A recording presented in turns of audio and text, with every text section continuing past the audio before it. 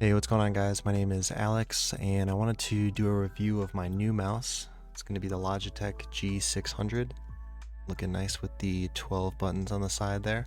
I wanted to do a kind of a side-by-side comparison with the Razer Naga, which I was using for about 4 to 5 years up until this point.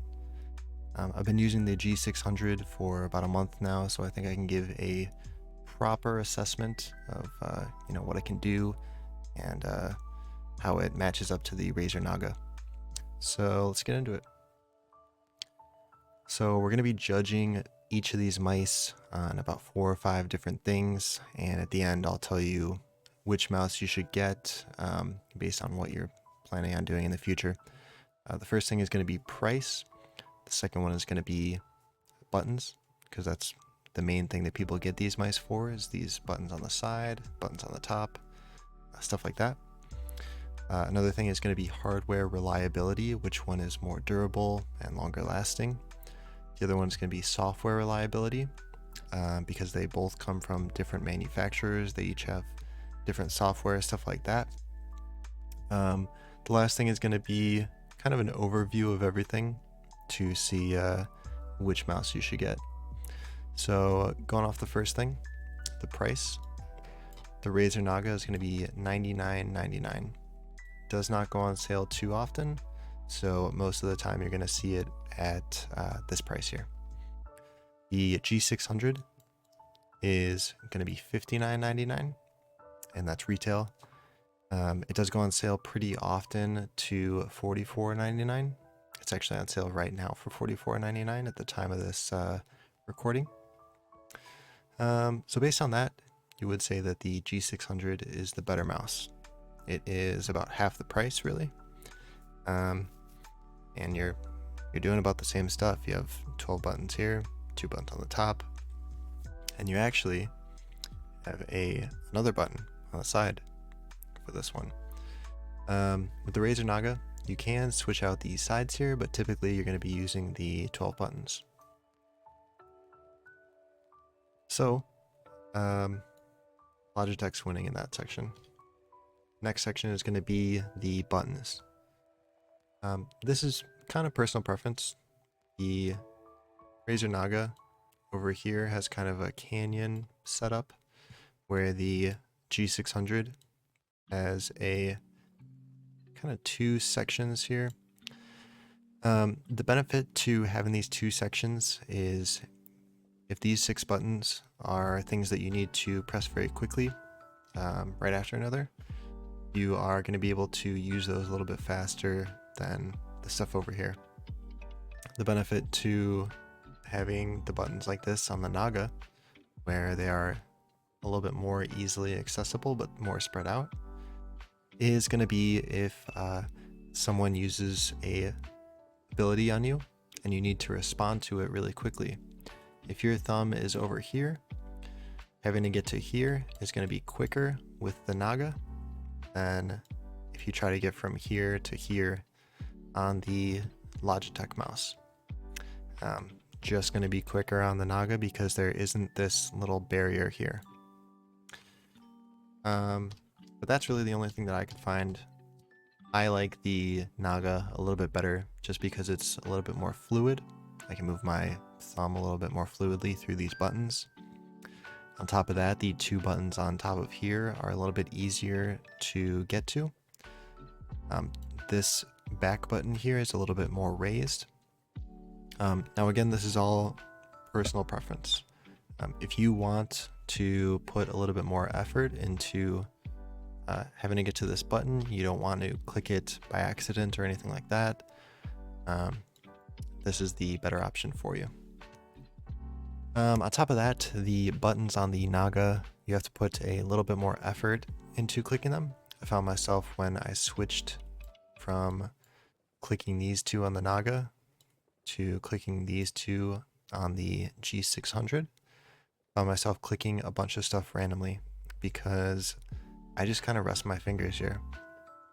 And I rest them pretty forcefully, actually, I found out. With these, it's a lot lighter. You click them easier. And there's also this side button here that you can click pretty easily as well. So if you don't want to really be putting in that force, the G600 is the way to go. But if you want to be sure that you're clicking the right thing and you want to put more effort into clicking things, the Naga would be the way to go. So I really feel like that is personal preference, so I'm not going to give a benefit or anything like that to it. I did also want to talk about the DPI. DPI is going to be important for FPS players or anything like that. With the Naga, DPI is going to be 16,000. With the G600, it's going to be 8,000. Now I do play Overwatch here and there, and I didn't really notice a difference really. But if you want the best specs, you want to min-max as much as possible, you want to be going with the Naga over here. So going back to hardware reliability, with the Naga, pretty much every person I talk to always has problems with their Nagas. I've always heard of buttons randomly going out on the side. I've had this exact issue where this button went out, couldn't use it at all anymore. I just had to replace my last Naga because the tracking on the bottom of the mouse would randomly go out for pretty much 10-second intervals every, I don't know, 2 hours. There would just be random moments where I couldn't move anything, but I could click as much as possible. There are just a lot of hardware issues that happen with the Razer Naga. However, it does seem, because it is harder to click some of these buttons, it does seem more secure and less flimsy, if that makes sense. With the Logitech, because it is so light, you almost feel like you could break this stuff off. But with that being said, I haven't heard of any issues that Logitech G600 people have had with these mice. I've heard of people having them for 4 or 5 years with no trouble whatsoever. This is a mouse that could last you for maybe the rest of your life, I don't know. But good mouse, very, very good mouse in terms of hardware reliability. Going on to software reliability. Each mouse has their own software because they're different manufacturers. Razer has Synapse, that's the name of their software. Logitech has Logitech gaming software. They both do the exact same things. You can change the colors and you can change the keybinds. That's about it.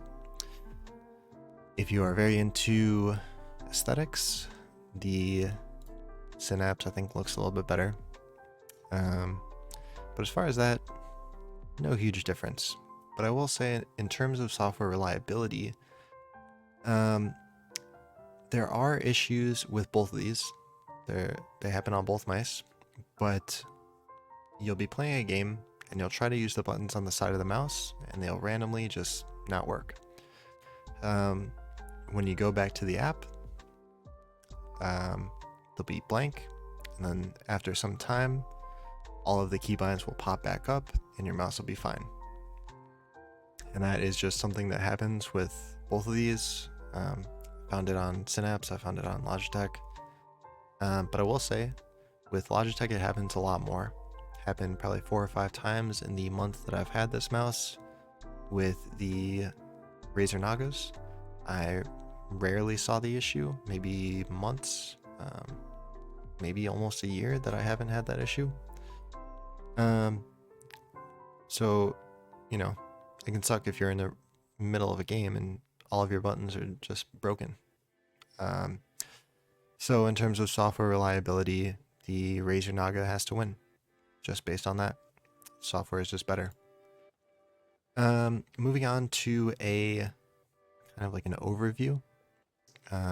Basically, if you're looking to get some of the best specs in the game, or sorry, not in the game, but in the world, Razer Naga with the 12 buttons on the side has some of the best specs that you can get. The Logitech G600, on the other hand, is kind of the value brand. This is the thing you want to go to if You don't want to spend a lot of money, but you want the same functionality. You want it to last a long time. You want to go with the G600. Obviously, you're gonna have issues every year or two with the Naga. Even though it may be performing slightly better, you're still gonna have issues way too often.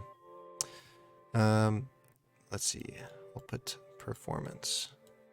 It's so insanely sloppy, but performance, value. But that is my review of each of these. If you have any questions, anything like that, you can let me know. If you appreciated this, you can like the video. If you want more, you can subscribe, anything like that. But have a good rest of your day. Enjoy yourself. Thank you.